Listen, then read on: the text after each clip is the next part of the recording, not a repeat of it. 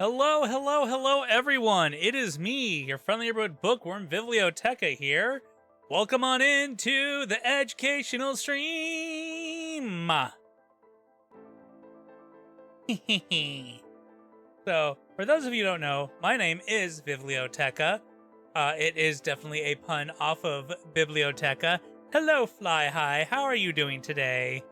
And I am a bookworm. So I started as a demon, now transitioning into a dragon, and I mean you can kind of say like this is a transitional form right now. I got the horns, I got the pointy ears. We'll be doing a full debut on the new model in September, so please look forward to that. But anyways, we are here today because I am a professional, and I have been hearing a lot of disinformation spread around online through people. September is also my birthday month. That's why I'm doing it. It's going to be a birthday debut. I'm going to debut my new skin on my birthday. Everyone gets to see me in my birthday suit. Wait a minute. Uh-oh. Is that against Twitch TOS? What if my birthday suit is clothed? Aiming for the 24th, which is my actual birthday, which is a Wednesday this year. So I might have to take time off of work to do it. So I might do like a long weekend for the debut from Wednesday through the following weekend and just do like debut stream, go back to work the next Monday. You're also a September 24th, baby? Nice! You're not the first person I met with the same birthday. The last person I met with the same birthday was actually my girlfriend at the time's older sister had the same birthday as me. That was a little weird. But again, I am here to educate people I'm here to educate people because there's been a lot of disinformation spread around on the internet by people who either don't know better or do know better and don't care and want to spread disinformation. So I'm just doing this kind of as a way to hopefully reach out to those who want to stop by and listen and give them a little feedback and some educational things from someone who has been in the industry for a long time.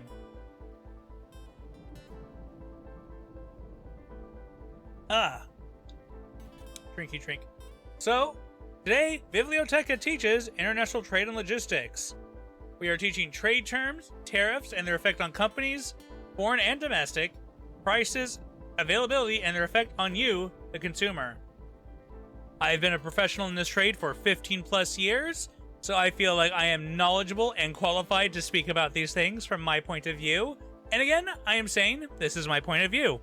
This is based on knowledge that I have gained in my 15 plus years of working in this industry, specifically international trade, cargo, and logistics. So, let's go ahead and go on to the next thingamajig. My credentials! I have been in the industry for 15 plus years, starting from the ground up. I started working with a company that outsourced logistics needs to international airlines for cargo purposes, in which I was in charge of inspecting, manifesting, and reporting cargo to the airlines and customs. And then from there, I worked my way up to a document courier for customs and an inspector for the manifests of what was loaded. So I spent about 2.5 years doing that kind of work. And then after that, I made my way into the side where I dealt more directly in the sales, pricing, and routing of cargo. And that's where I've been for like the past, I guess 13 years or so. So lots of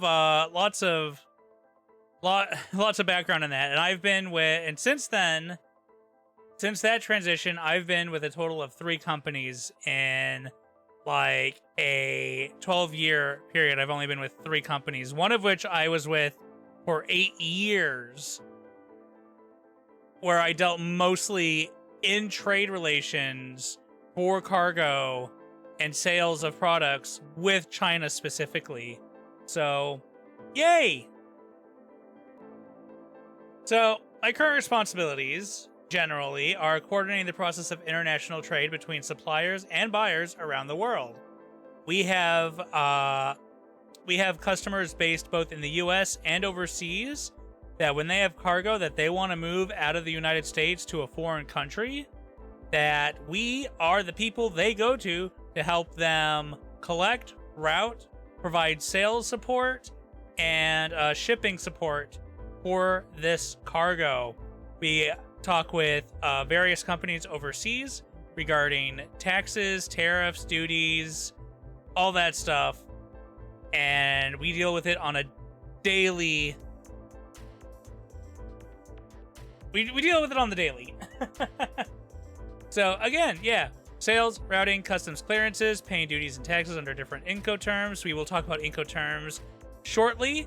Incoterms are basically the terms of sale between the buyer and the seller.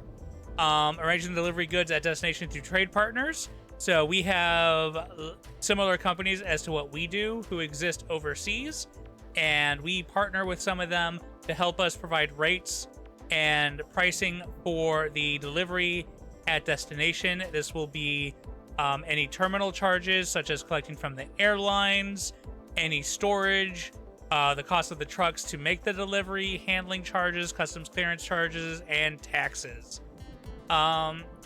Explaining tariff costs and changes to our customers, shipping goods to foreign entities, retaliatory tariffs against the USA, in parentheses. So let me just tell you, we recently have, with dealing with the Trump administration tariffs, there was a 1 week period where the tariff rates against goods going into coming from China were increased by the administration from 32% to 84% to 145% within like a week long period. And I had this customer who was trying to route cargo into Shanghai, China, and of course, you know, China does the retaliatory tariffs. So, you know, for these goods that this customer was trying to get into China, and the terms that they had with their buyer was that the seller would pay the taxes on it, went from like 32% to 75% to 130% over a period of week. And every time it went up, I had to email the customer and tell them, hey, your percentage for taxes is going to be this much. Oh, now it's going to be this much. Oh, now it's going to be this much. This customer was fucking crying about all these increases. Jesus. Anyways, it's a rough situation. So, like, I started from the bottom of the industry and worked my way up to my current position. So, when I started working in this industry, I actually got this starting position through a little nepotism, I am not afraid to say. This had to have been back in 2010, 2011. No, it had to be 2011, 2012.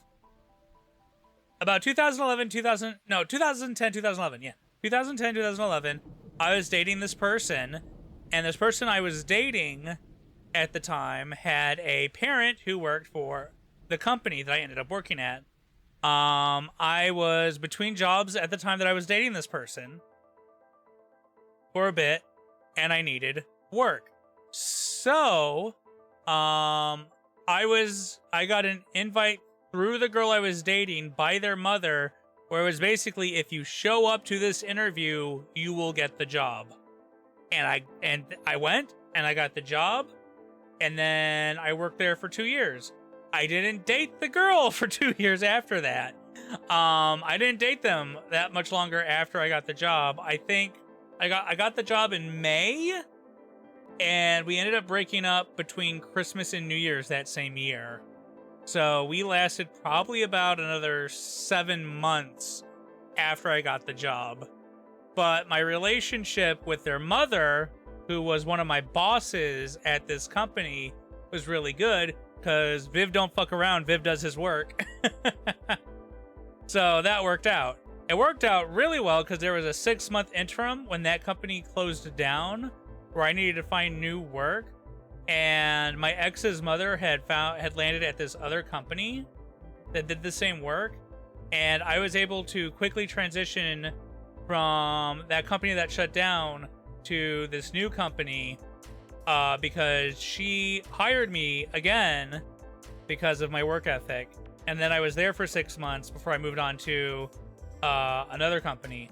Now, I don't mind sharing company names because these are the kind of companies that are global, international, they're huge.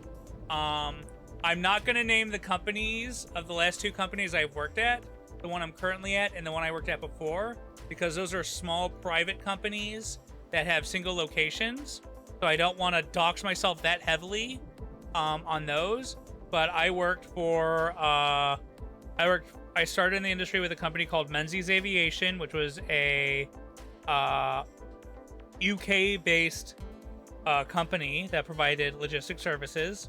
And then from there, I went to Total Airport Services, TAS, which provided the same functions.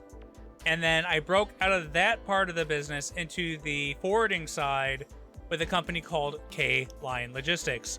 K-Line Logistics is a Japanese-owned company that has offices all over the world. They used to be a huge company where they controlled their own sea export containers. They have their own containers and rail and stuff. But but in America, because they had control of both the logistics and the physical containers, they were actually forced to split their assets into 2 separate entities. So they became K-Line Logistics and K-Line of America. K-Line of America handles the hardware portion, such as the ocean containers, drayage, all that stuff. And then K-Line Logistics handles the more logistical side of the routing, the sales, and bookings and stuff like that.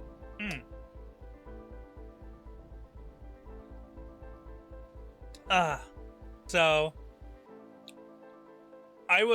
when I went to K-Line Logistics, I was helping.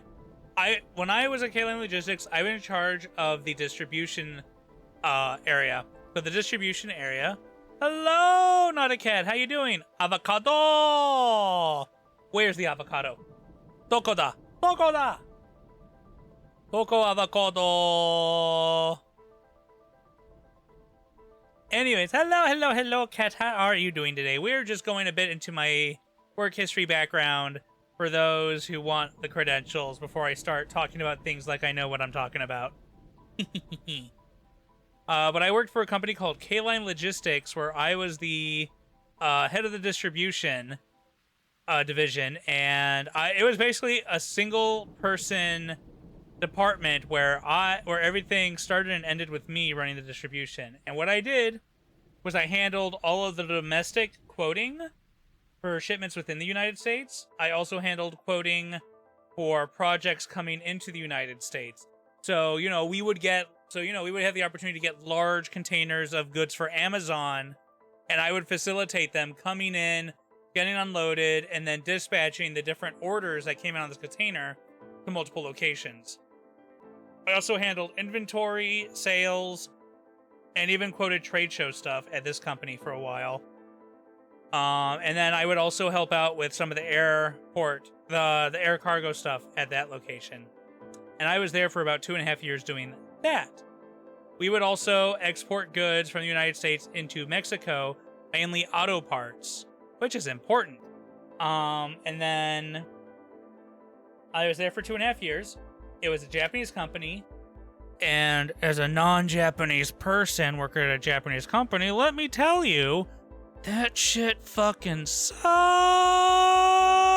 So I from middle school up through college into the working force, I was one of those weebs who was like, oh my god, Japan, Nihon ga daisuki, I want to be Japanese, yeah. But no. When I started working for a Japanese company, I was like, this is dog shit. And because I was not Japanese, I got treated by my Japanese coworkers for the most part like dog shit.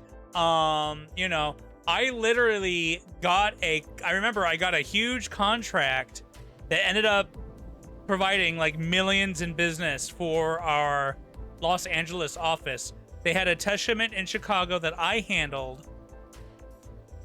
Isn't the work culture in Japan like not good? And it's not just the work culture though. This was also just like the interpersonal relations between people at the company who were Japanese that had positions they were not qualified or suited for, and how they treated people below them. So this was more of a this was kind of a bit of a racist thing going on. But I'm getting to, I provided service to this company for Amazon that ended up winning us a contract that gained the company millions of dollars of business over time, particularly out of the Los Angeles office.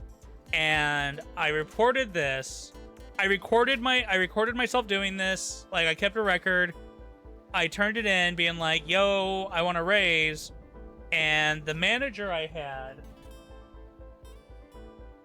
sorry about that, dog was getting into shit he shouldn't get into. Get out of here. And anyways, I just want to be a professional stream. Dog has screwed me up. Hold on a sec. I'm locking the dog out because he's annoying me.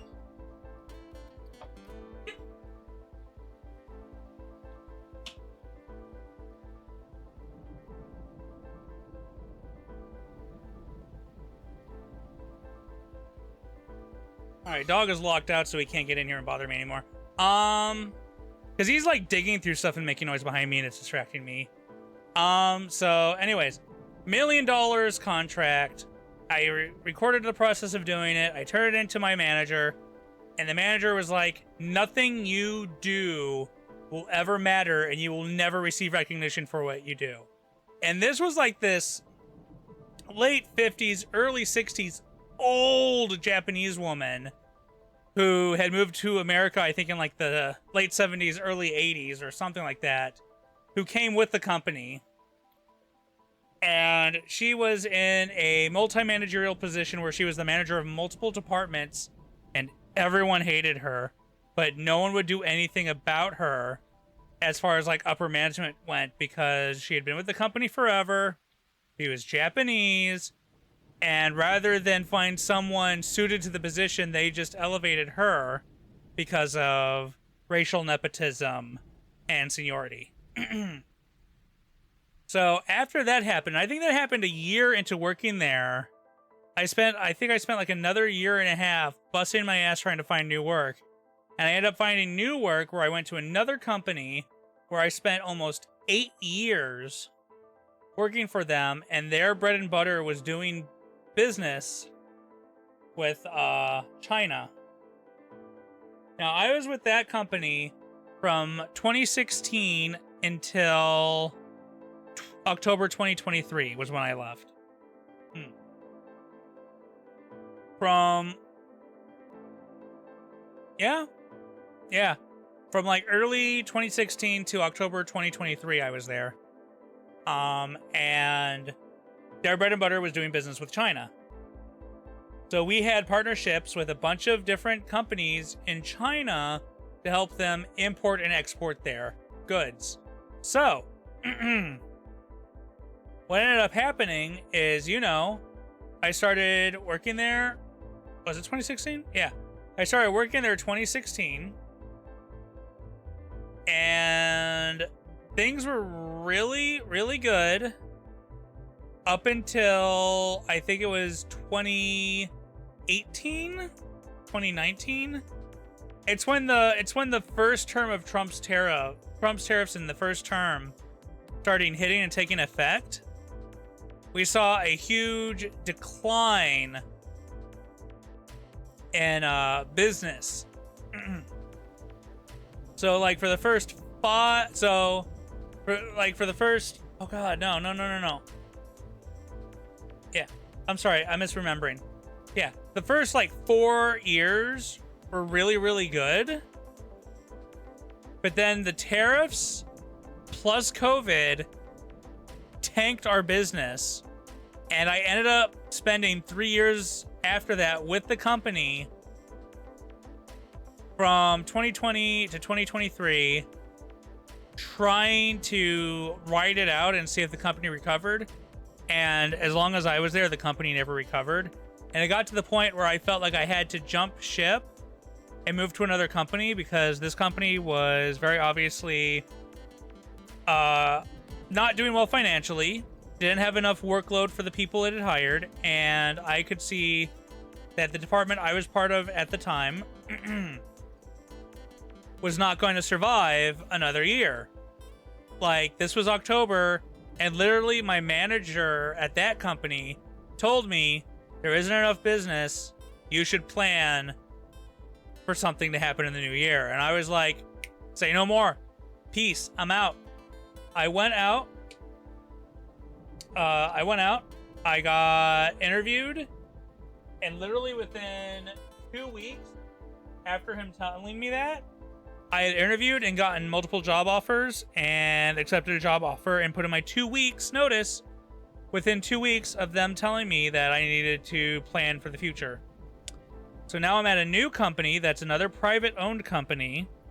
And rather than dealing with agents overseas as their bread and butter, instead what we do now is we work directly with US businesses, and we help them with logistical support to move their goods in and out of the United States. So there's imports and exports in and out of the United States. And we mainly do it for the America-based companies. So, I mean, that's a lot more stable. Because the companies we work with are large international companies for the most part. I won't name names. But one of them creates mining equipment parts. One of them creates forklift parts. And another one creates furniture that's used in professional settings. So, like, furniture for, like, hospitals, businesses, stuff like that. So, big, major areas of sectors of manufacturing that are not going to go away. So, the job stability is a lot better at this place. Now, the reason why I'm feeling confident about providing this educational stream is that is also on top of having the almost 15 plus the 15 plus years of experience in the field. I was also a teaching student during college. I did my courses, I did my student teaching hours, and towards the end of completing my student teaching hours, I decided to drop out because I decided I did not want to teach other people's children, because I realized I don't want to be stuck in an hour for like 8+ hours a day with kids and then take that work home and not have a life. So, and at the time I didn't know what else I wanted to do with my life. So I kind of just dropped out and waited to see if anything came up. Nothing ever did, and I found myself in this career track in international trade and logistics. And, you know, it's one of those unsung hero type jobs where, you know, we're making sure things get to where they're going on time around the world. And nobody notices what you do, but they'll definitely notice it when you're not doing it. So let's go ahead, and now that we're done through the credentials, let's move on to the next part. Incoterms. So, the Incoterms are the terms of sale between a buyer and a seller. So, these are what decide who pays for what in the transportation process. So I only have a handful of the most common applicable terms used in these trades, but there is a whole list, and maybe we'll touch on a couple others. So we have DDP, which is destination and duties paid, which means that the seller is going to pay the taxes on behalf of the buyer. All costs of shipping the goods from supplier to consignee, the buyer, is the responsibility of the selling party. So in my case, I have a manufacturing company here in America that wants to move goods that they have sold from America to, let's say, Manila in the Philippines. Let's say they want to move goods from the U.S. to Manila in the Philippines. So if they have a DDP term, that means the shipper is going to be responsible for the price for all the costs of shipping the goods from their warehouse to the port of the port of departure, which might be a seaport or an airport. They're going to cover the cost of the freight, the cost to move it. So like air freight, ocean freight, that's the term for the cost of the actual shipping that the carriers, like an airlines or a sea carrier, charge for the service of moving the goods on their vessels, boat or airplane.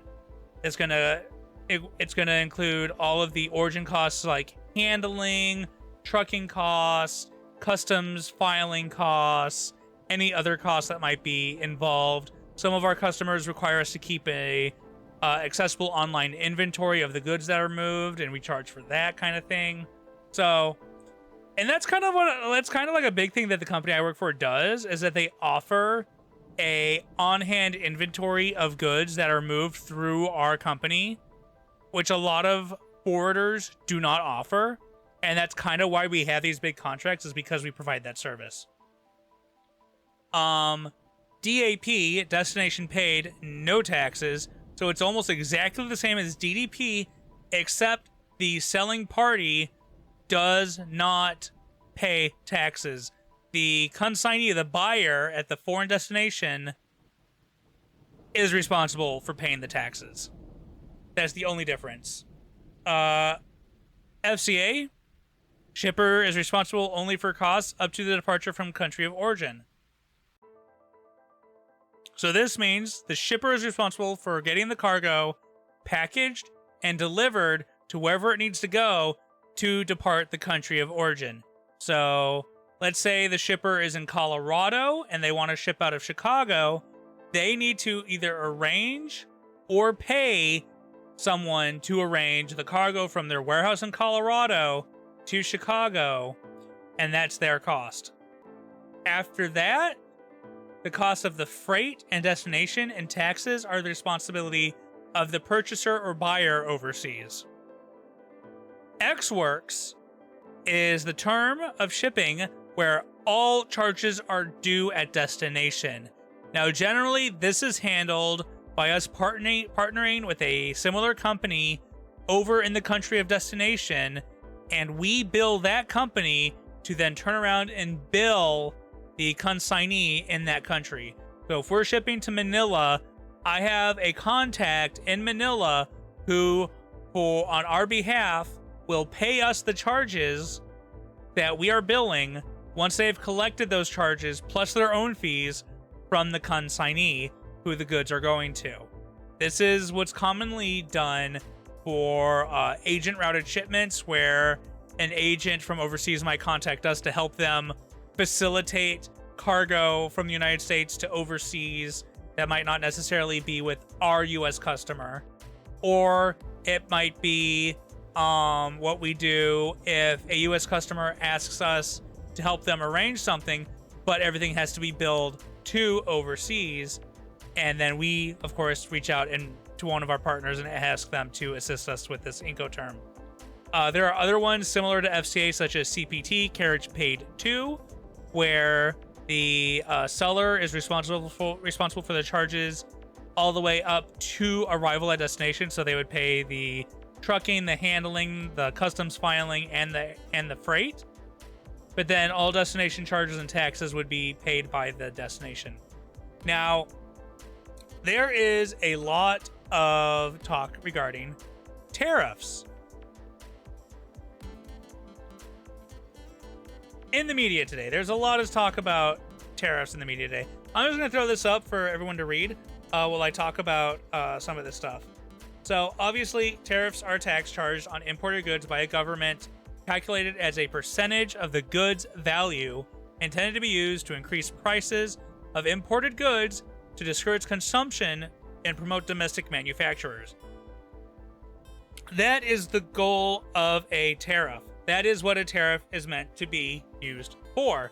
It is meant to discourage you from purchasing foreign goods to help boost domestic manufacturing. That is the point of a tariff. Now, you hear a lot in the news these days about people saying that the tariffs are paid by the exporter. They're saying goods shipped from China, the tariffs will be paid by China. That is a falsehood. That is a lie. That is not how that works. So we just talked about Incoterms, and we did talk about how some Incoterms, the seller pays the tariff, the tax. So I'm just gonna put it in this way. If the seller is paying that tax on behalf of the buyer in an overseas country, they are charging a premium on the cost of the goods to cover that tax. So if they're selling something that is worth $100 a piece and there's a $150% tariff on that to export it for it to be imported into a country like the United States, if the seller is paying that tariff, they are going to increase the cost of their goods to cover that tariff. So if they're charging $100 and then they have to pay 150% tariff, they're going to charge the premium to cover that 150% on the invoice to the buyer overseas. That cost is still getting baked into the final invoice, even under a D-term shipment, where the seller is responsible for paying the taxes on the buyer's behalf. That cost is still being charged on the invoice that they are sending to the buyer overseas. Like, they're not eating that cost. They're not. I see the invoices every day. They're not eating that cost. Sometimes on these D-term shipments, they have a separate line on the invoice stating that they are charging the freight and taxes under separate lines in addition to the cost of the goods on the commercial invoice for a D-term shipment. So let's say, again, someone in China is selling something to someone in America. It's a $100 item. There's 150% tax on it. The item now costs, with taxes, $250 a piece. That is what they're going to charge to the buyer in the United States on the invoice. That's what they're gonna charge. That's what they're gonna charge. They're gonna charge the tariff as an inflated cost on the goods, on the bill of sale. So suddenly that $100 item is going to be $250, which means that now the buyer in America has to increase their prices to cover that increase in the cost of the goods because of the seller increasing their cost. Hi, Shuji! Hello, hello, hello!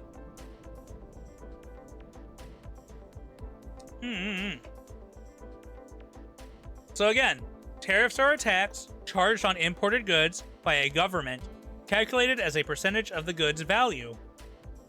This is meant to be used to increase prices of imported goods to discourage their consumption and promote domestic manufacturers. The good parts of this, again, is that it promotes consumers to buy domestic-made goods, supporting local businesses. This is really good when you have the infrastructure for new stores and manufacturing-type businesses to open in a domestic country. So, if we get people opening paint companies or companies selling plastic-made goods like toys and stuff, making those domestically, that's a good thing. And the trade-off should be that these domestic goods should cost less than these foreign goods so that you are more incentivized to buy domestic-made goods. Now, the bad parts about it increases the cost on foreign goods that may not be readily available from domestic sources. So, like, a large chunk, an abnormally large chunk of our toys. Let's just go ahead with toys because that's what they use as a reference on the media. Toys are abnormally largely made in China. It's cheap labor, and that's why the price of toys can be as low as they are. And now I know some people are like, oh, well, toys aren't that cheap. I'm not talking about, like, collectible figures. I'm not talking about, like, big names like Lego, which have only gone up. I'm talking about little Sally and Susie who want maybe that new Teenage Mutant Ninja Turtle with Kung Fu Grip toy that's normal, that used to be $10 at Target, is now $15 or $20 at Target, okay? That's what I'm talking about. I'm talking about toys. So Build-A-Bears are pretty cheap. Okay, yeah. So, like, it had the tariff price increases haven't fully hit yet. It can take between 2 to 3 months for the tariffs to really hit pricing. How it was 2 years ago? Yeah. So here's the thing about the tariffs. Yeah, I haven't been to a Build-A-Bear in forever. I think the last Build-A-Bear I got was a Charmander when the Pokemon stuff first started coming to Build-A-Bear. But so it takes time for tariffs to hit pricing because there is usually a 6 to 12-week period when goods are loaded into a container and onto a vessel, and then transit time for that vessel to depart China and then arrive into the United States. So it can take time.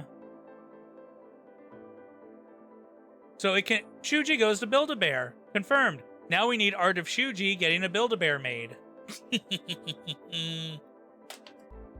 But it can take time for those tariffs to really show up in the pricing because there's transit times involved where some goods were already on the ocean by the time the tariffs were announced. And from that time, it can be 6 to 8 weeks for those goods to actually show up in the U.S. at a U.S. port.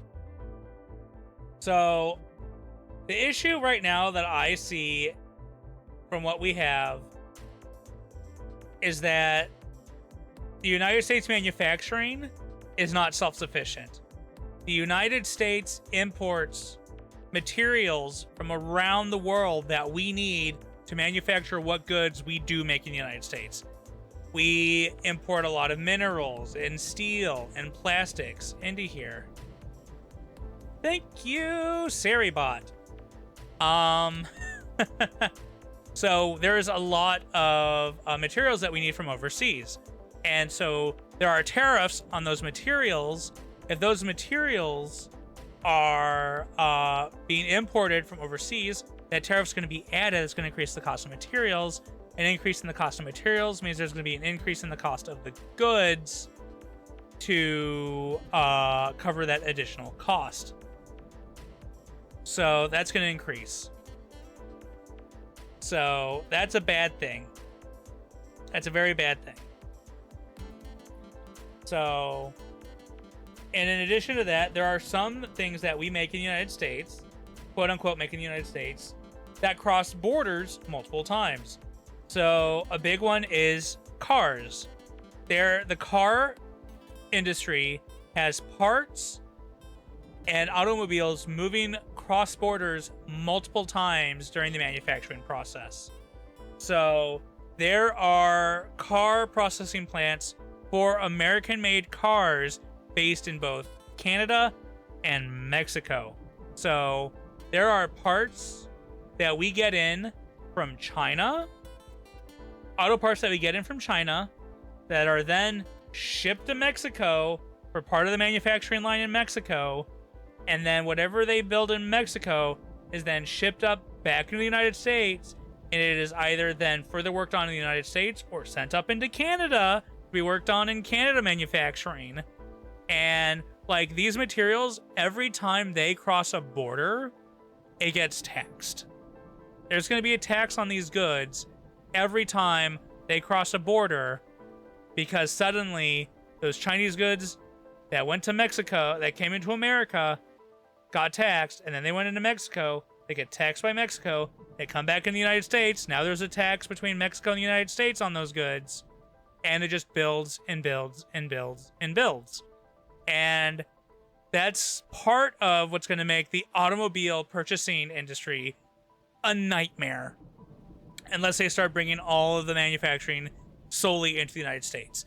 And so far what we've been seeing is we've been seeing layoffs in United States industry because a lot of these big companies would rather let go of people in the United States to save money than move their manufacturing into the United States, which would cost them potentially more money up front. Because a lot of these people, they're not worried about the long term. They're worried about the short term profits they can make. Hi, Nori. So, Nori, just because you said that, I'm gonna skip to another one. Here we go. I'm just gonna skip ahead to this one. I'm not anti-tariff, I'm anti-stupid. Tariffs are a valid tool to be used to punish poor business trade practices with other countries and promote manufacturing domestically through incentive programs that create jobs and promote competition by allowing new companies to form. So the issue is that we have...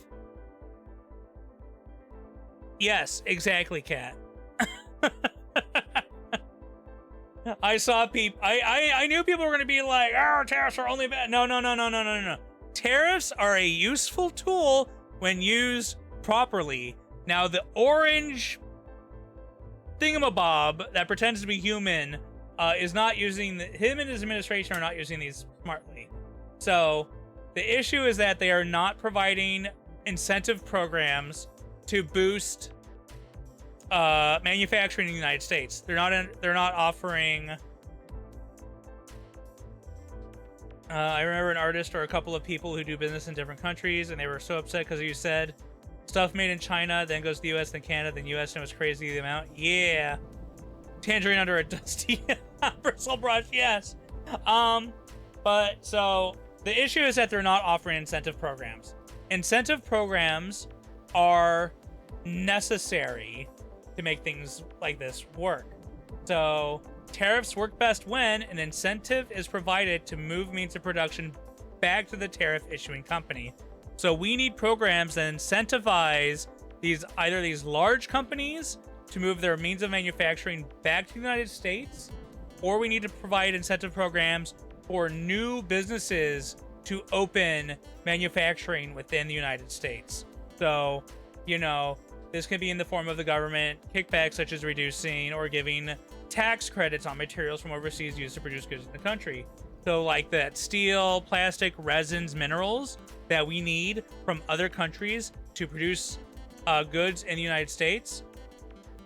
If a company in the United States brings those goods in and then those goods are specifically manufactured in the United States and it creates jobs in the United States without outsourcing means of production to other countries like the automobile industry, then they should get a tax break or a credit from the government that allows them to reduce their cost on the taxes paid to import these materials to help keep prices low.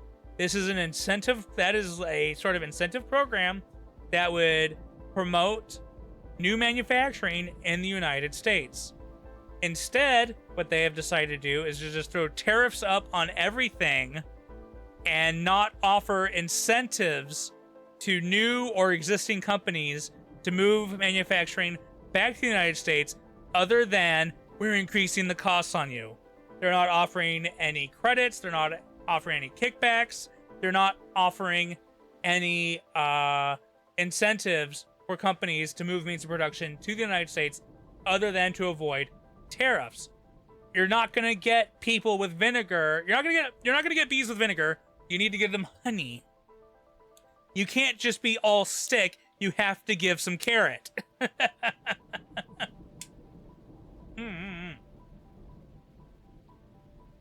The issue right now, though, is that a lot of these big companies, they don't want competition. A lot of these big companies, they don't want competition. They want to stay the big dogs in a small pond, and they don't want competition popping up. So you know that these big corporations are kind of just sitting there and being like, don't offer incentive program, or lobbying against any potential incentive programs for new businesses to start up, which is what is going to kill us. Because unfortunately, America is a huge consumer market. We consume a lot. We don't make a lot. And because of that, we are not wholly prepared for what is about to happen to us in this country. What will happen without changes to the tariffs in the United States? Okay, prices are going to continue to surge as the increase in tariffs to buyers will be passed on to the consumers. So, as I said earlier, no matter who pays the taxes, prices are going to increase. That's what's going to happen. Unless it's made in the United States, prices are going to increase. And if I'm being completely honest, we have seen price gouging from companies in the United States as is on goods. If the cost of goods from overseas increases, our domestic manufacturers are probably going to increase their prices to almost match those to try and maximize profit in their wallets. So we need, and like this is my left brain going with regulation. We need to be able to regulate price gouging from these companies. Match and undercut by pennies. Exactly. We need regulations to prevent companies from price gouging. Now, I know a lot of people are like, well, that's communism or that's socialism. So here's the thing. It was funny, there was plans to fix Detroit to bring back GM and Ford to restart the car wars again. They're not going to. Literally, manufacturers in Detroit have laid off people even more. Okay? Like, I haven't been to Detroit in probably like a decade, but I went there and it was scary. Detroit's scary.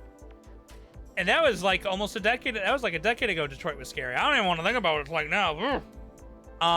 But yeah, we need a form of regulation where it prevents companies from price gouging consumers.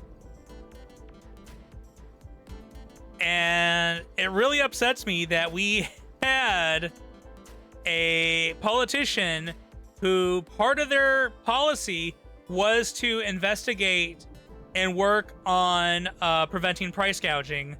And the election went, oh, we don't care about that. We care about the fucker who fucked up his first term and lied to us and is gonna lie to us again, but let's give him another chance. Conspiracy theory, you know what? I consume a lot of left-leaning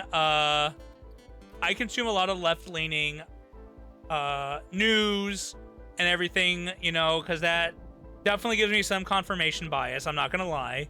But there's also just things out there where people have provided evidence that it is a very realistic thing that the 2024 election was screwed with by outside sources or inside sources, and that it has been a 4-year program by those in certain positions around the country to ensure a right-wing win. And I mean, the Electoral College is completely built to support rich, white land ruling citizens to be able to control how votes are done. That is how it is. Gerrymandering has destroyed actual fairness in the process. And with the technology today, we could have free and fair elections on an individual voting basis rather than land voting. But they will never do it because that would heavily disenfranchise the right.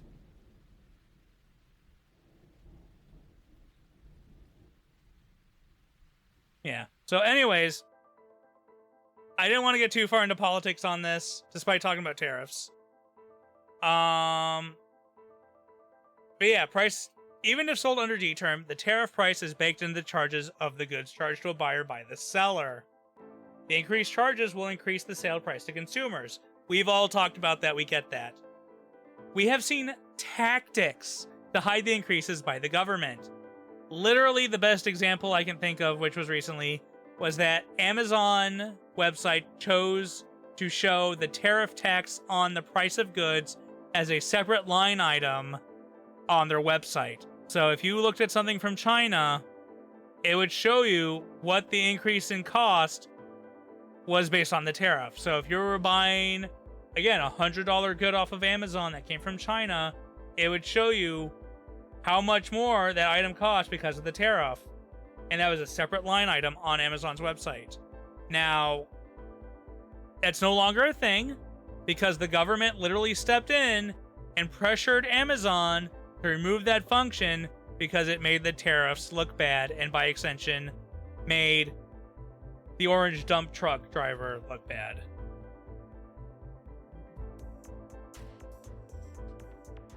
It's sad enough that OnlyFans have better voting systems in election. And like one of the issues is that there's no one of the issues is that so it's a mixed bag. So the issue is, well, part of the issue is that every state handles its own elections. And you know, I think that's a good thing in some ways and a bad thing in some others. It means there's no consistency on the machines or ballots used. Every state and every county can have differences on how their ballots are made and how they are submitted, whether it's an electronic ballot or a paper ballot that's fed into a machine, or how the voting sheets even look, or how you use them. Do you fill in a bubble? Do you punch it? What do you do? It varies. Oh, yeah. And I'm just gonna say all the shit started when Reagan took office and was a puppet for the far right. That's all I'm gonna say about that. I'm really glad. So I don't know if anyone knows about what was going on in North Carolina. In North Carolina, an incumbent Supreme Court justice for the Supreme Court of North Carolina won her seat for another term by a total of 700 votes against her Republican opponent. And her Republican opponent sued to have votes from largely Democratic counties thrown out based on things that were not there. So they wanted to throw out votes because they said, oh, the signature doesn't exactly match what's on file with the DMV, or saying that, oh, these people need to present ID when they vote. And so basically they tried to sue to have the rules of voting changed after the election to suit their needs. They wanted to throw out, it was about like 6,000 votes from 3 different Democratic majority counties in North Carolina to try and usurp the election and take the seat of the Democratic court justice who had won the election. Now, the issue is that the long game has been stacking the courts with these judges from the Heritage Foundation and other right-wing groups, so that when these sorts of cases come up, these judges can rule in favor of the right of the candidate on the right side of the aisle. So there's going to be an ad starting in like 16 seconds. So I don't know. I'm gonna keep ranting. But anyways, this literally got to the circuit court, which said, P break. You know what? We're gonna be right back, and we'll talk about judges.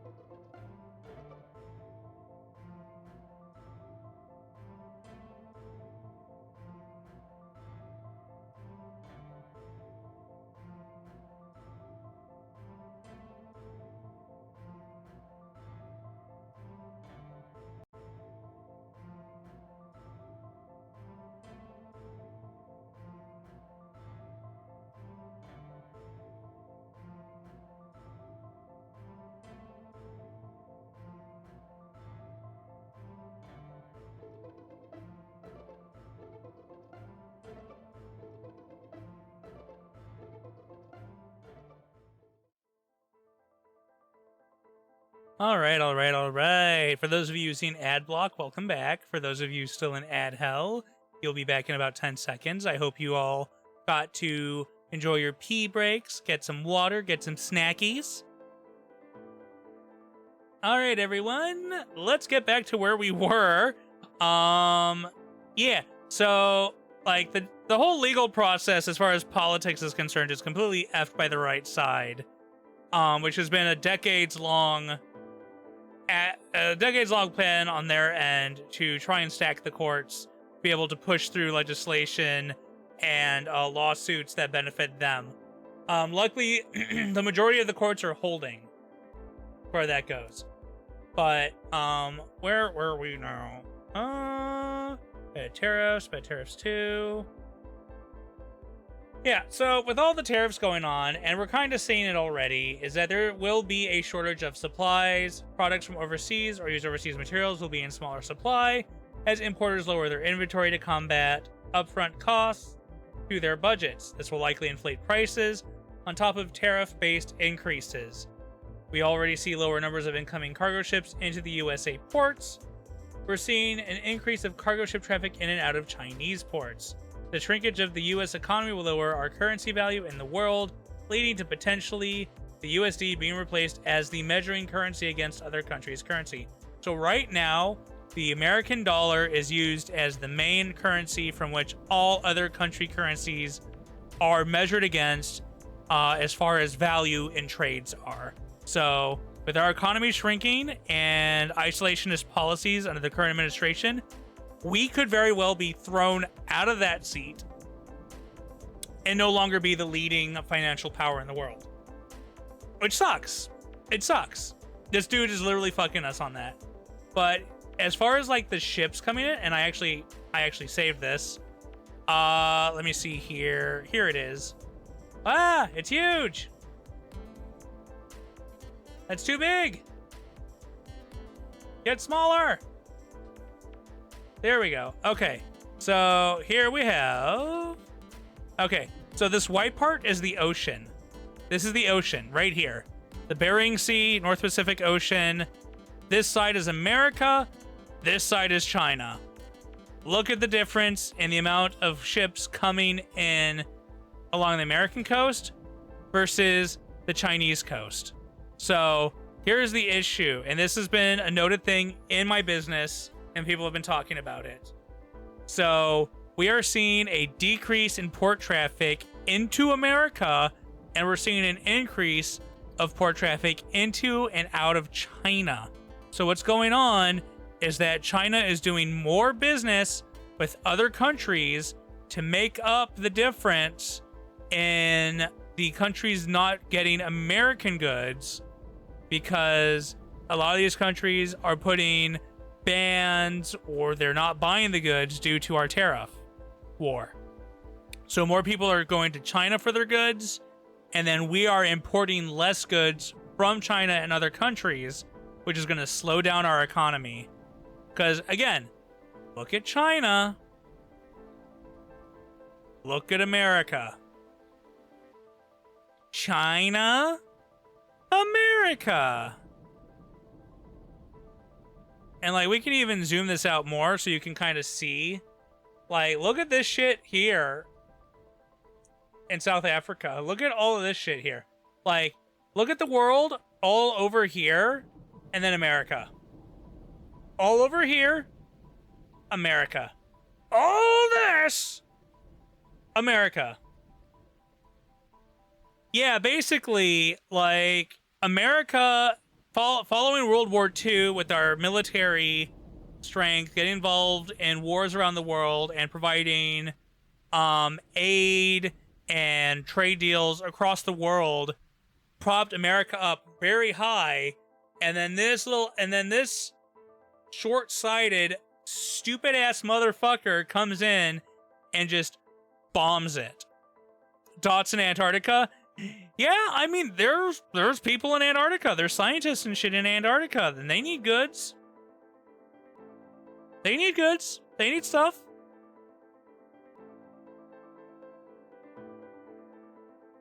Oh boy, Oceania AG. And then these are all vessels, and each vessel contains hundreds, if not like 1,000 containers of goods. So like it is, and look, they even show you the ones that are moving around here. So I'm based in the Chicago area.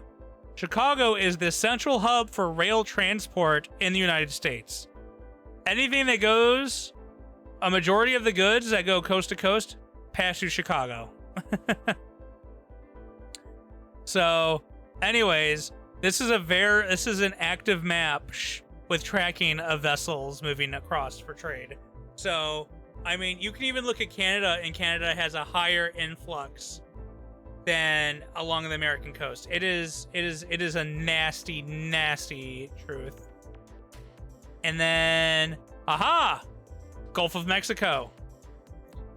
Fuck yo, Gulf of America shit.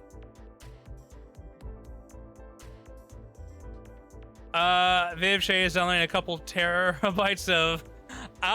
So I just went on a bathroom break and I saw that there was 186 messages in the group chat, Monica. And I quickly scanned through it during the ads, and yeah, I see that Shay is sailing the 7 seas. Yar har flipper me gee, being a pirate is alright with me. Do what you will, cause a pirate is free. You are a pirate. Yar har flipper me gee. If you like to sail the seas, you are a pirate. Hi, Shay. Just the Sims. You haven't downloaded. Oh, yet? Yet, you say. Yet, you say. So, I mean, like... yeah, the marine traffic is all fucked up from that shit. And then... let me see here. I think we already did this. Yeah. Randomly announcing new tariffs against trade partners without laying the groundwork for support of domestic manufacturing will harm consumers and workers as foreign companies pull business from the U.S. market. So another big thing that is going to heavily affect us. So his first term, Trump fucked the farmers. Second term, he is going in full fist up their ass, okay? Because basically by introducing these tariff wars, a lot of countries, especially China, have canceled orders for American produce produced on American farms. You think the problem is Charybdis showed up on the major transport lines? No. It's definitely the fact that we're getting lower amounts of vessels in because of the trade war. Meanwhile, China's like, bring it in. Funny story, there was a scientist that set his whole camp on fire to help him get out early because he was going mentally insane. Probably insane enough to take... oh my gosh.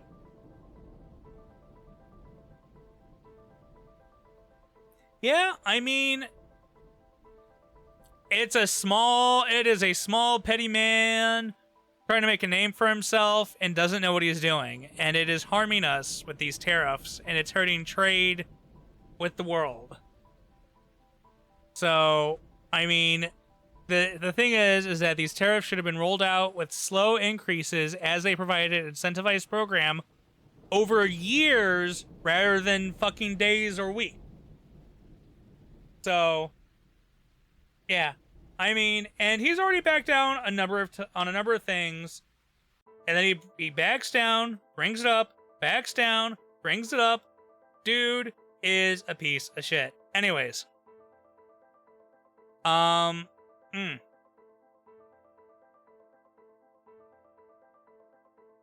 the thing is that he obviously doesn't know what he's doing because he added tariffs to an island that is entirely inhabited by penguins. The McDonald Islands are completely inhabited by penguins. Humans do not live on that island, and he put a tariff on it. He's tariffing the penguins. If you want to fish, any fish, you're gonna have to pay a tariff. Big fish, strong fish, the bravest fish, tariff it.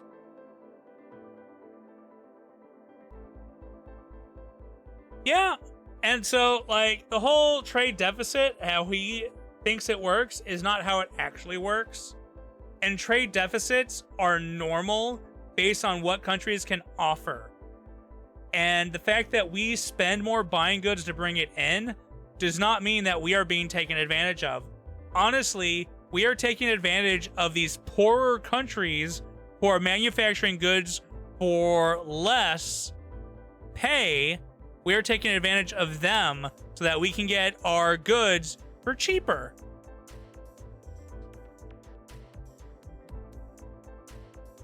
Honestly, feels like walking on needles thin ice with all the heck he pulls. I mean, I am very curious if we will actually see this dude get impeached and removed from office after the midterms in 2026. I don't think it will happen. I think he'll get impeached. If the Democrats take over, I think he'll get impeached, but I am still not sure if he will get convicted and removed. I don't know. And the worst part is he's destructive, but I also don't trust JD Vance to not Trump is destructive. Trump is evil. Trump is stupid. He's stupid and evil. But because he's stupid and evil, he's causing a lot of damage, but it's damage that can be mitigated after he's gone. My concern is that if he gets removed and JD Vance is made the president, he's gonna Handmaid's Tale and push extreme religious policy on the country. That's my concern with JD Vance. Honestly, if the Democrats take over the House and then remove both Trump and Vance, then we could get a Democratic speaker into the presidency. But that'll never happen. That's never going to happen. That would take too long to happen, and by then, it would be time for another election. No, so people have brought that up, and that actually can't work, because the Constitution, I believe someone said that it clearly states that no person may be president for more than 2 terms. And even him running as VP to JD Vance, he cannot become president again. He is constitutionally blocked from being able to do that. Now, they might try to loophole that shit by making new policy out of cloth for a different interpretation of the Constitution, like the Supreme Court did for that stupid-ass presidential immunity bullshit they did for Trump.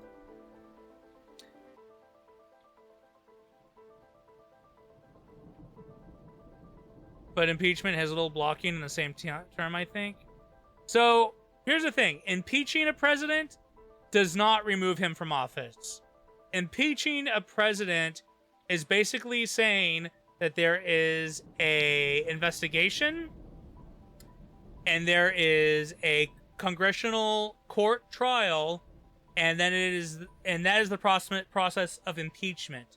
He is impeached if he is impeached by the fact that they are doing this. Now, if that impeachment is convicted, he is then convicted of those charges found in the impeachment process, which is then sent to the Senate from the House, and then the Senate has to decide and vote on whether to follow the conviction and have him removed from office. So the House impeaches, they have to find a conviction, and then they send that conviction to the Senate, and then the Senate votes on whether or not to follow through on the conviction and have him removed from office. That is how that process works. During that time, he is still actively the president, and it still counts as his term.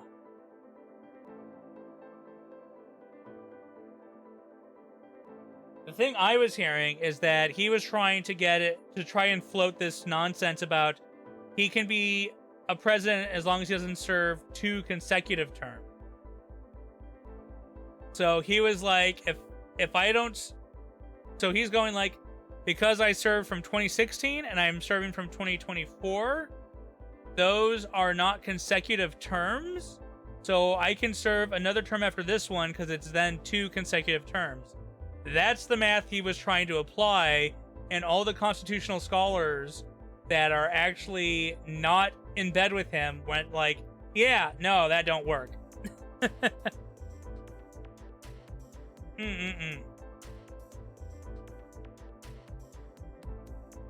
I'll just open this up now because I think we're pretty much done talking about it. I feel like people here have a pretty good grasp or understanding about what's going on with tariffs, international trade, and stuff like that. If you're new coming in here and you have questions regarding this, you can ask, and I will do my best to respond.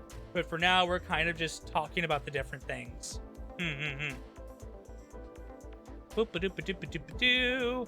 I was originally planning not to get too political on stream, but I think I can safely assume that the people who come here are probably of like-minded individuals who aren't fans of the current administration.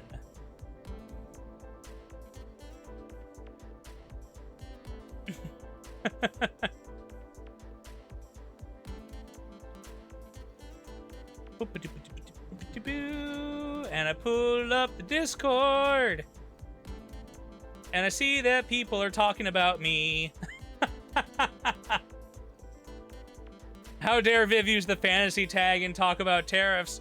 Hey, hey, hey. There are entire fantasy animes about Economy 101. We have Spice and Wolf, for God's sakes. Spice and Wolf. We also have Mao Yu Yusha, which is also a fantasy anime that introduces Economy 101. Fantasy and economics. Let's go!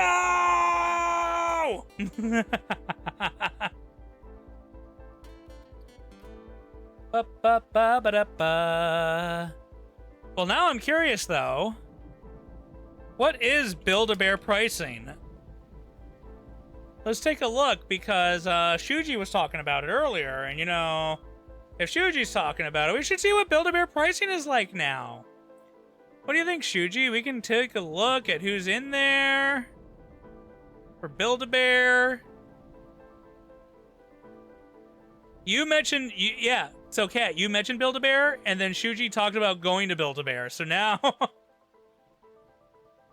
we're gonna look at Build-A-Bear. So we can tell Shuji what's the next bear they should get.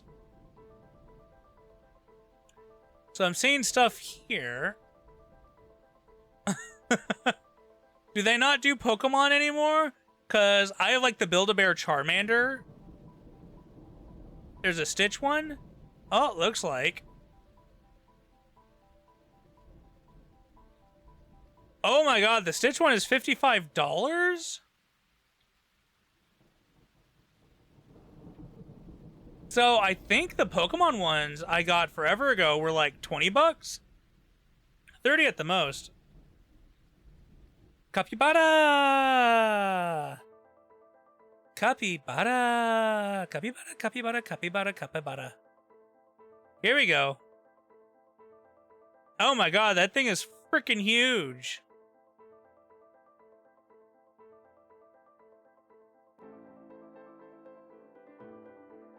Whether stuffed or unstuffed. Well, it better come with free stuffing at the store if you get it unstuffed. You already got your mini Stitch with an avocado for $7. Nice. So, I mean, so like I have a Charmander from Build-A-Bear, and I have a dog from Build-A-Bear that I got forever ago too. I got 2 Build-A-Bear plushes in my home. $12 for a giant bag. Okay, but I think that if you buy this, you get like a free fill if you have it filled at the store. Like, you should be able to walk in with this thing at the store and be like, I paid 98 bucks for this shit. Fill it up! And they should be like, yes, yes, yes, Viv, sir. Like, they shouldn't be doing any of that. You wonder if mall locations would do that? I don't know. I haven't been to a mall in forever. Is that a Mimikyu? Oh my god, that's a Mimikyu. Oh no. Oh, Sprigatito. Wait, Coco. Oh my god, no. I can't afford these. Bidoof. Okay, the Mimikyu is adorable. Shay would love the Wooper. Oh no. Oh no. Oh no. Oh no. I can live without the others. Eevee, Munchlax, Sobble.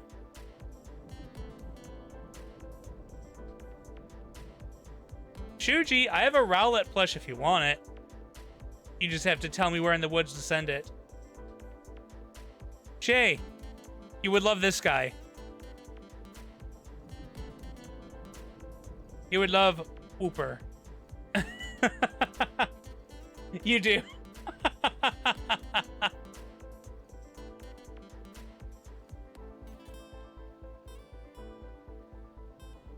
He only comes with a bundle and he's $64. Comes with a little floaty, little goggles.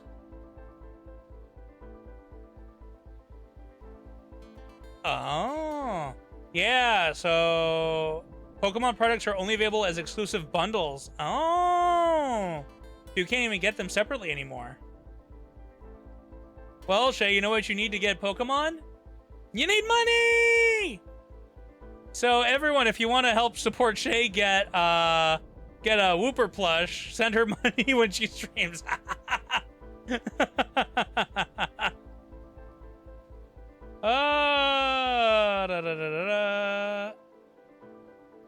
I'm hoping to find Sableye in Japan.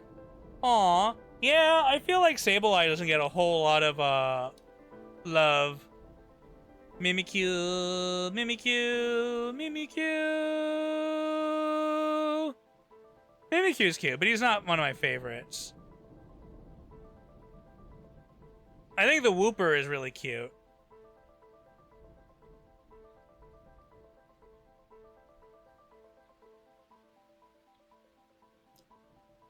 I think it's cute that Cubone's in like a little poncho. Wait, Coco here looking like Guy Fieri with that shirt. Wait, Coco about to take you to Flavor Town.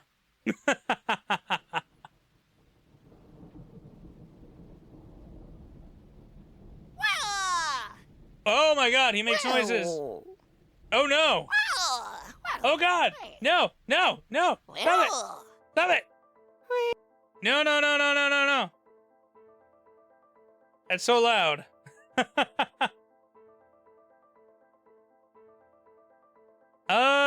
Giant Charizard plush. They say that's giant. That's not giant.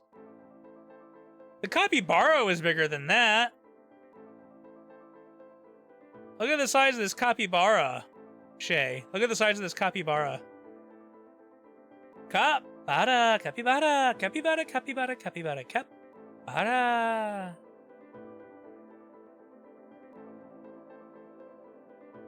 For like $50 more, you get a full-size Vaporeon. So, did you know that Vaporeon is the one Pokemon that... so the one I would want... The one I would want...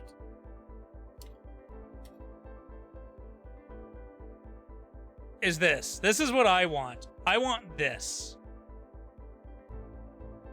I want a life-size Lapras. This is what I want. This is all I want. All I want is a giant Lapras. All I want to do is be a dude who sleeps on a giant Lapras. A giant Lapras. All I want to be is a dragon who gets to sleep on a giant Lapras. Let's see what they're asking for this on.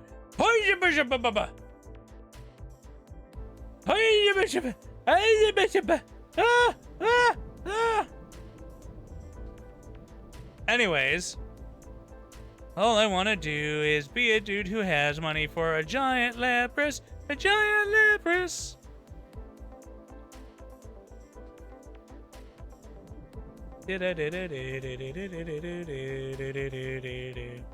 Switch to a giant Gardevoir. So, like...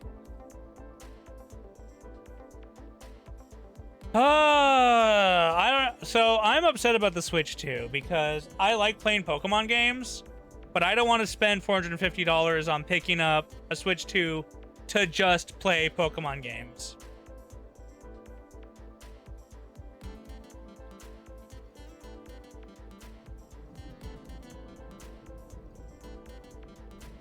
How much do you want for your giant Lapras?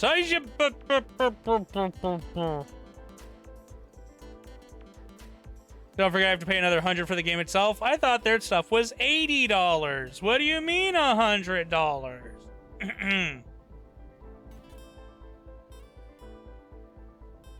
I just want to play with a giant Lapras plushie. Giant Lapras plushie.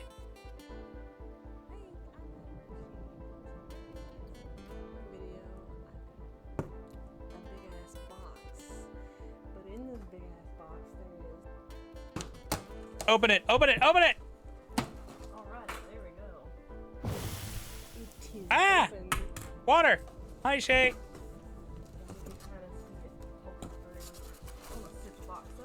So I actually know how to use a sewing machine and how to hand sew and stitch, but I haven't done it in forever. Here says carton of number. Okay, ladies. Just get the plush out! Oh my god! I love it so much. Wait.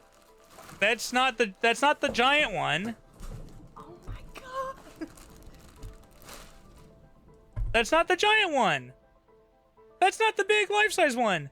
This video is false advertising. Get out of here. I thought it was going to be like scrunched in there and then it has to slowly expand. That's the collectible one. So, like, I can't take photos right now, but like, I have like the giant Lapras Funko Pop, the little Lapras Funko Pop. I have a paper Lapras origami thing somewhere around here. Lapras is my favorite Pokemon. Like, for Rizzles, my shizzles. There's a Lapras plush in my car. In the car that Shay and I share. There's a Lapras plush. Lapras, Lapras, Lapras. Lapras water bottle. I do have the Lapras water bottle. I love drinking from it. I called it the Lapras penis because it's blue, big blue and has Lapras on it. It's like, I'm drinking from the Lapras. Anyways. Yeah. Lots of Lapras in my life. I like Lapras. Lapras is my favorite Pokemon. It's probably my Scottish heritage from my ancestors coming through with the Loch Ness Monster. Ooh. But I'm gonna go ahead and share this link with Shay on Discord because, lol. So she can remember this exists and have motivation to make money for a Wooper bundle.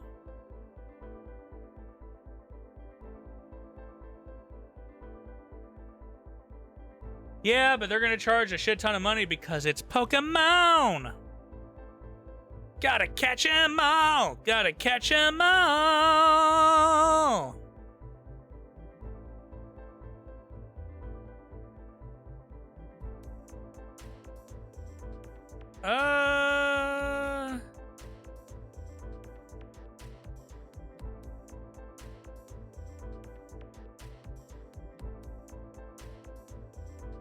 Oh, the Giants.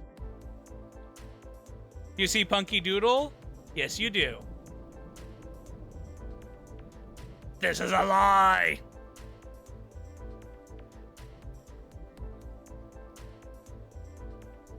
$1,000 on Pokemon products?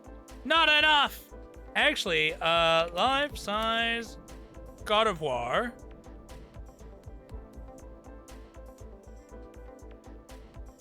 Here we go.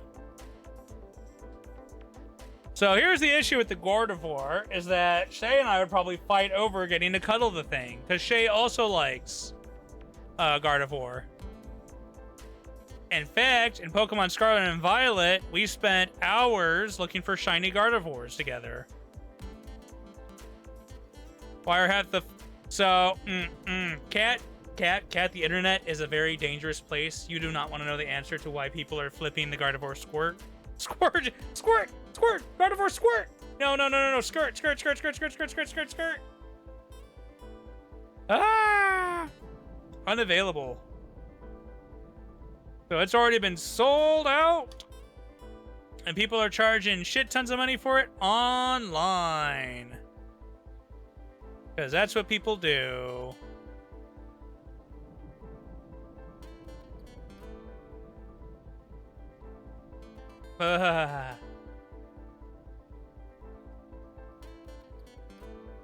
Giant Gardevoir, giant Gardevoir. Oh, some of them Every just so often, Pokemon will release life-size plush toys, and the time has finally come for Gardevoir to be unleashed upon the Earth. Now, there were already some funny little jokes and memes when the Lucario plush made its debut, but with Gardevoir being such a human-shaped fan-favorite Pokemon, this is bound to be interesting. I actually don't hate it one bit. I think this is hilarious, especially with the past weekend leading up to Valentine's Day, where the Western Pokemon Center websites have put it up for pre-order, and all the Japanese fans are finally getting their packages in the mail. Not only does the temptation of spending over $400 loom in the background, but seeing several fans dress up their Gardevoir and put it basically wherever has been pretty funny. I didn't even realize it at first, but this thing is a whole 63 inches or 160 centimeters tall. Like, that's... So it's 63 inches tall. How tall am I? I'm 67 inches tall. Yeah, I'm 67 inches tall. So this thing is only 4 inches shorter than me.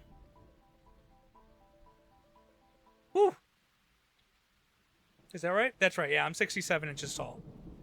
It's just the height of an actual human. So yeah, it really can just wear regular clothes. Also, apparently there's a lot of stuffing in the rear to make sure it can sit properly, but that might have also been a bad decision in the long run. Again, I'm not judging because we all know that I'd fold and spend $500 on a life-size Salazzle if they ever released one. Though honestly, the entire notion of life-size Pokemon plus... Look at that giant Spheal! Look at him! Look at the giant ore boy! He cute. But yeah, Shay, the Gardevoir is only an inch shorter than you. Plushes is not exactly something I'm all that interested in. It is a cute novelty, but for me it might wear out a bit too soon. Personally, I do have the big Detective Pikachu plush from when the movie was released, and I do not regret that one at all. The difference here is that it was only $30. I just think all the memes about life-size Gardevoir has been a hilarious distraction from... Yeah, well, Shay and I both sleep with body pillows. We each have our own body pillow that we sleep with. We recently got some that have like the cooling fabric on them so that they stay cool as you sleep with them. Because we're both furnaces when we're asleep.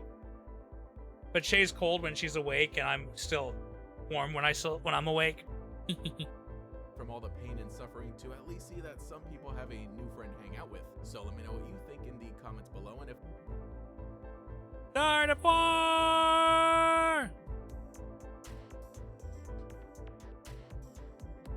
But yeah, Lapras is my fave. Lapras is my favorite.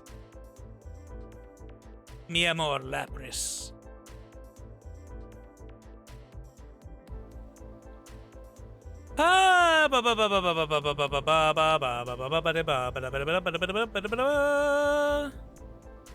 Are there Pokemon theme parks? Theme parks? No, theme parks. Parks.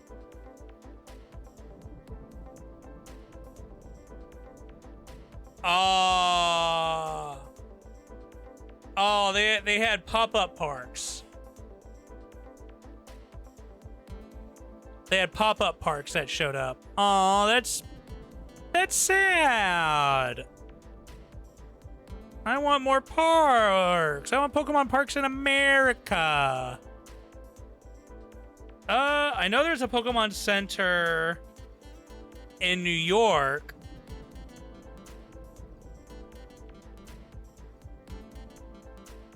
I guess this is now a Pokemon stream. Hey, we talked about consumerism and international trade. Now we can talk about, now we can show consumerism and international trade here. I know there was one in New York City, and I got to visit it back in like 2009, 2010. New York, Ikebukuro, and Shibuya are the big ones, you think? Yeah, I think that's probably right. I saw the one in New York when it was fairly new, I think. Pokemon Center, New York?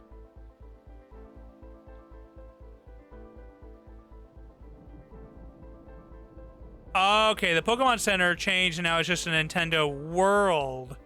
So it was not a Pokemon Center anymore when I went, but they still had a Pokemon Center section. So the one thing I have that came from a Pokemon Center that I love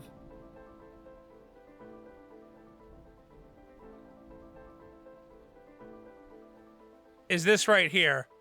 I have a friend who lives in Japan, and they went to a Pokemon Center in Japan, and they bought me this bag and shipped it to me. And I love this little duffel bag. It's not a huge bag, but I love it. I love it. It's Lily's bag from Sun and Moon, and I love it.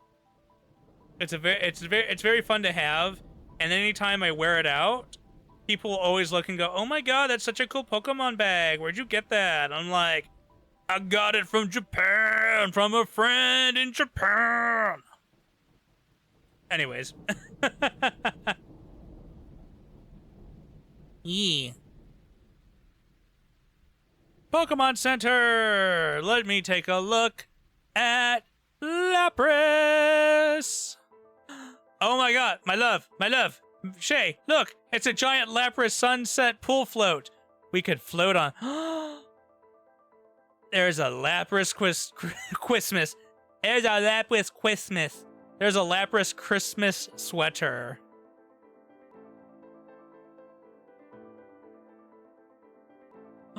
Oh my god, is that a Lapras tropical shirt? Oh my god. Shay, this is dangerous. I shouldn't be on this website. I wouldn't wear that because I don't wear jewelry like that, but Lapras. My love, what if we got a Lapras? What if we got a Lapras charm for your charm bracelet? And you can be like, she's the charm for my love who's obsessed with this fucking Pokemon named Lapras.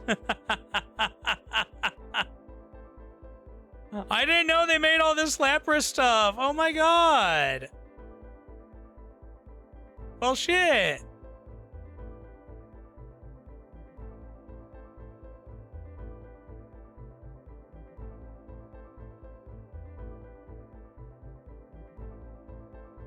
Oh my gosh. Okay. So let's take a look at this Lapras sweater. That is so funny though. So like, I'm not a sweater guy. I'm not a sweater guy by any stretch of the imagination. I produce too much body heat to wear such a sweater. But like, the shirt is fun. Was there? Oh my god, there is a Lapras Trilby. Oh no. I do the funny Christmas sweaters, but like, they only get worn at Christmas. That's pretty big.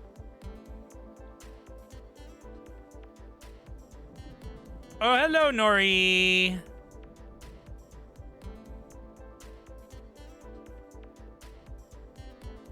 I love that shirt, though. I love that shirt.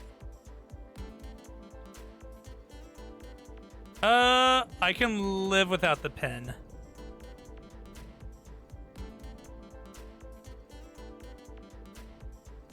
Come on, Shay. Don't you want a Sterling Lapras charm? Look at that. You can have a Sterling Silver Lapras dangly charm on your charm bracelet that you never wear. If only we had the pool you want. Well, you know what we need to get a pool? We need to buy a house. You know what we need to buy a house? We need money. You know what we need for money? The economy to be better. Okay, but this shirt actually, like this shirt, I love this shirt. Like, I would wear this to work. Our work is pretty business casual, you know, polos and button-ups and slacks. I would wear this shirt to work. I would. Oh my god. Oh my gosh. It's a 4.0.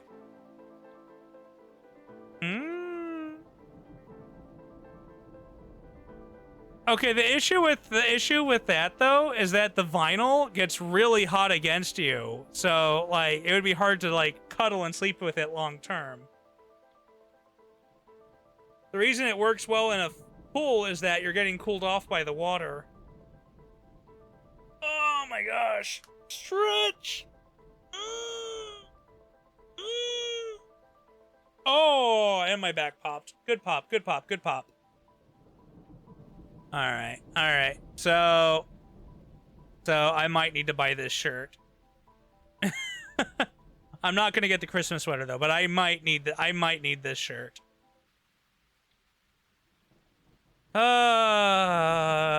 Sweet Jeebus.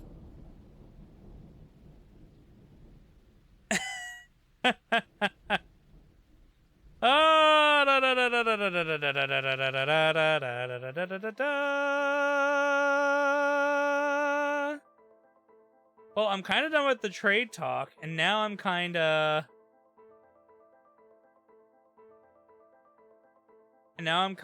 done with the,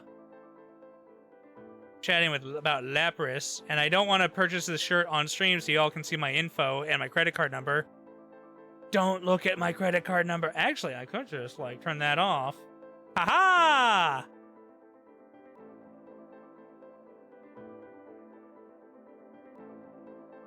Alright, let me read the reviews a little more to see if this fits well.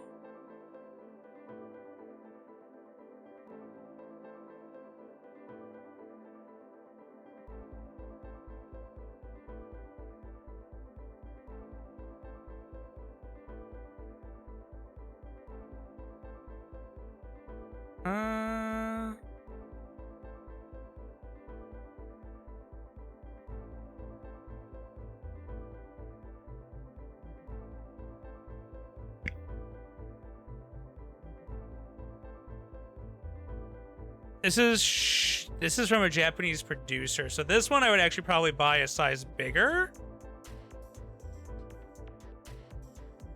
than what I want, which works out.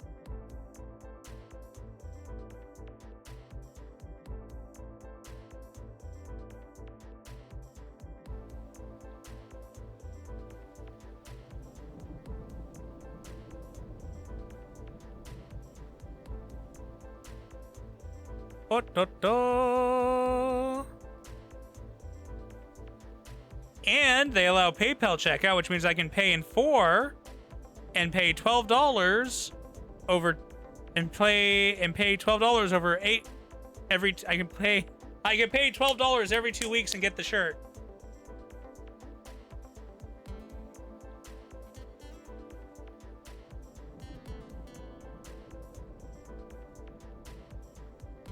Oh my god, I'm excited for the Lapras shirt!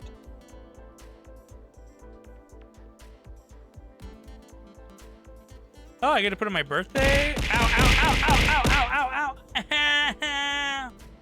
Pain! Wow, my chat actually didn't tell me who did the throw, but thanks for the confetti.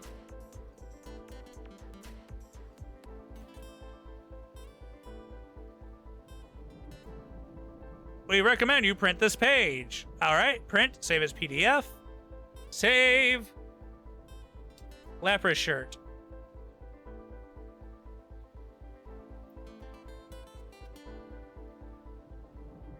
Have you ever had a dream that you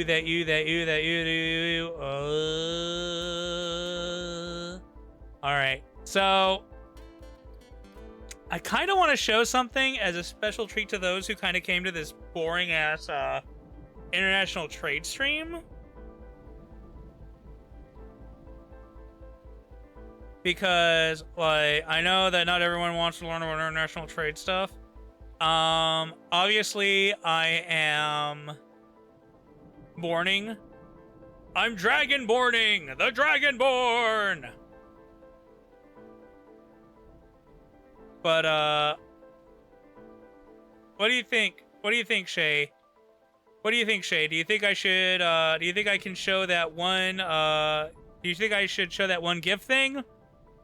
Or should I show the in progress of that one art piece? What do you think? The GIF or the in progress art piece?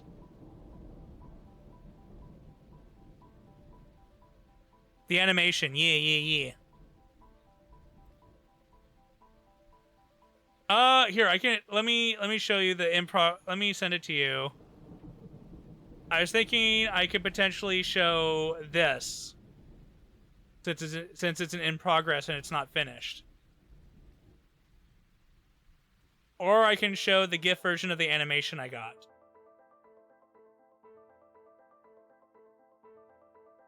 What do you think? As a treat for those who came to get educated. Show the GIF? All right, so I'm going to be doing a video project that is going to be done over the summer for the debut as Dragon Viv, and so I got an animation made to be part of the video, and I just got it back recently, and so I'm gonna go ahead and share it on the screen for y'all. Ta-da! It me.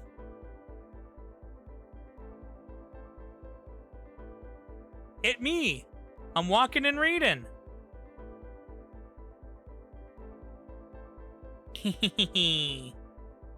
This is going to be included in a video that I'm going to be putting together for the debut. So please look forward to that. 2 Vivs! Quick, kill the other one! Stab, stab, stab, stab, stab, stab, stab, stab, stab. Ah, there we go. There we go. We killed the imposter. Or did we? Oh god! Cat's got a gun!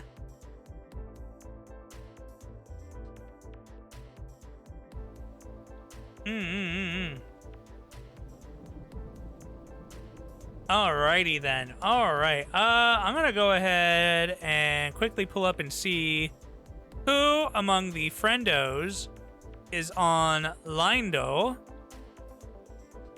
for potential sharing of the loves. I know that person always has their rating turned off.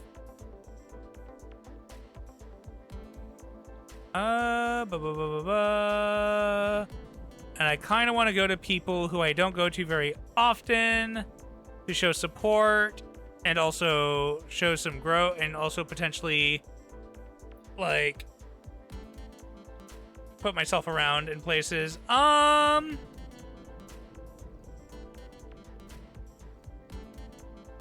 You know what? Are they actually actively streaming? They are. All right, we're gonna go ahead and raid someone who's streaming Repo right now. We're gonna raid Bubsies. If you want, you could start streaming right now. You could. But we're gonna go ahead and raid into Bubs Otakemaru, who is currently doing a Repo collab with a bunch of other VTubers. So why don't you go ahead, check them out, have some fun. I know me and my homies aren't playing Repo right now, aren't playing Repo this weekend. We are playing about every other week right now. So, you know, stop by next Saturday night, next week, for some Repo shenanigans. And y'all have a wonderful rest of your evening. Bye-bye! If you gave me back shots earlier, I would have died.